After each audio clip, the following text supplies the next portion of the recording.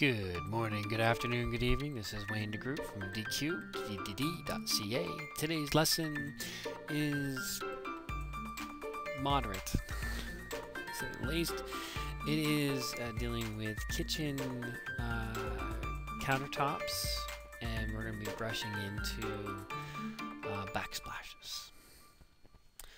Alright, so I have my plan done. Let's flick over to 3D. Okay, so I have the countertops done. Now, as you know, the cabinets that are defaulted in there do not have the backsplash. So I'm just going to throw on one. Okay, when you edit one of the cabinets, soft plans, all of the cabinets are all lit up, but that's because these ones here are actually bound together. See it as being individual edits. So if I go into the countertop and I'm going to turn on the rear backsplash, which is right here, and hit OK, as you can see, all of the bound cabinetries are now done. So I'm just going to do a repeat edit on this last one over here. Alright, so the next thing I want to do is put on my backsplash. Go back to the plan view. Now I'm going to go into interior mode, because technically it is something you want to see in the interior mode. The green right now is the floor that I threw in there. It says tile, but I just marked it in as wood.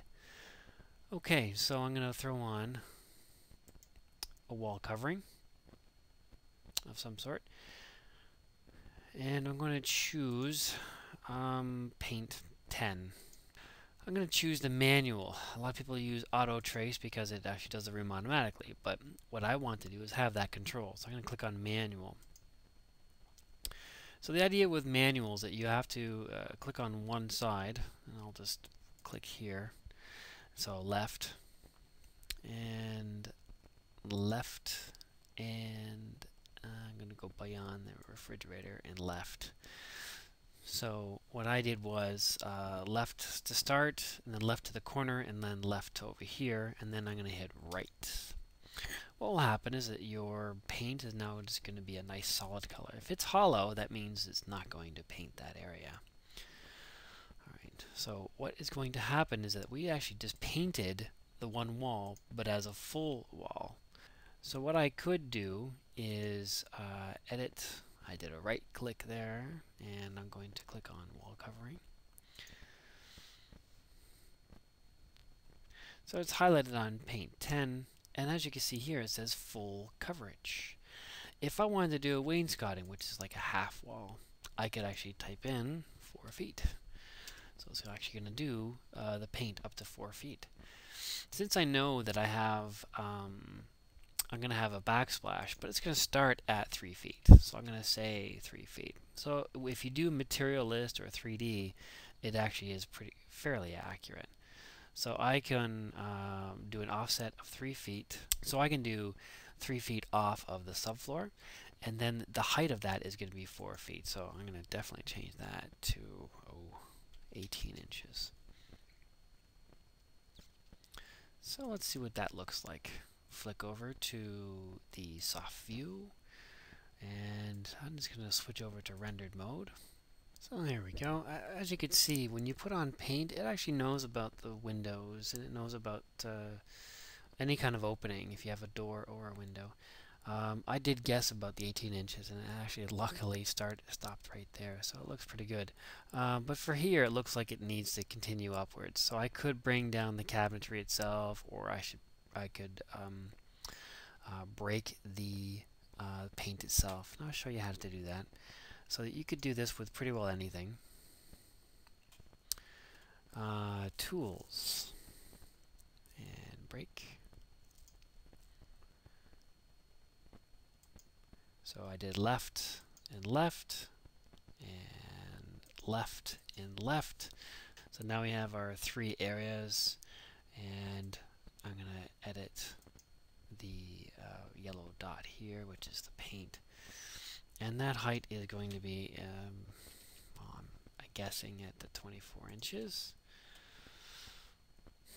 Let's go back to the 3D here, and before I run the animate or the rendering, I'm going to edit. Oh, I can sort of see it's not enough.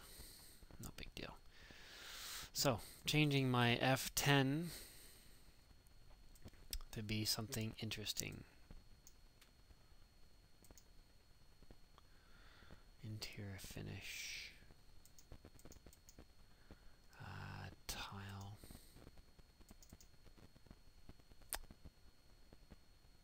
Detailed, small.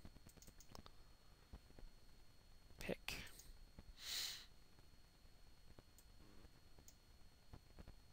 These are a little too bathroom-ish, but I will just choose this one here. Okay.